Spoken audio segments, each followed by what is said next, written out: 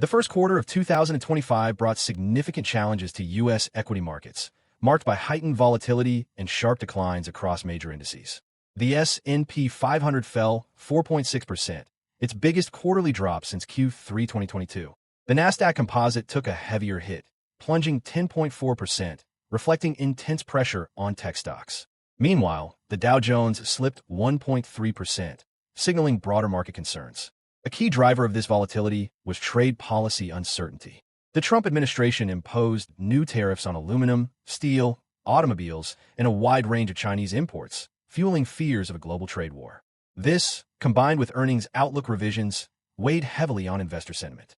Analysts downgraded S&P 500 earnings growth projections, adding further pressure to the market. Certain sectors suffered significant losses, particularly technology, where companies like Tesla and NVIDIA saw market cap declines of 36% and 20%, respectively. In contrast, energy stocks outperformed as rising oil prices were driven higher by President Trump's threat of secondary sanction on Russian oil imports. Meanwhile, gold surged 19% as investors sought safe haven assets. Despite the broader downturn, some stocks delivered outstanding performance. CVS Health led the S&P 500 with a 50% gain, followed by Philip Morris, up 32%, and Newmont Corporation, which climbed 30%, benefiting from the surge in gold prices.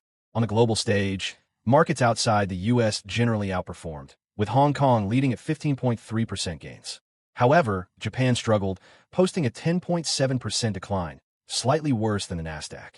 Looking ahead, history suggests a potential for recovery. Since Q3 2022, the market hasn't posted two consecutive losing quarters. However, trade tensions and economic uncertainties remain, meaning investors should approach Q2 with cautious optimism.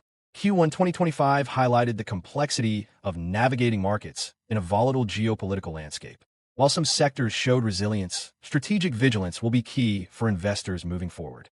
That's all for today. If you found this helpful, please like, share, subscribe, and comment below. Thanks for watching. See you in the next one.